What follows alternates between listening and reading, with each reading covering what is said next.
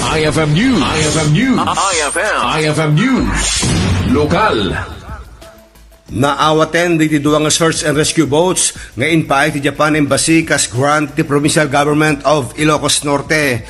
Dagos met nga naipadas dito ng rescue equipment iti ila Corimao, babaen ti Provincial Resiliency Office.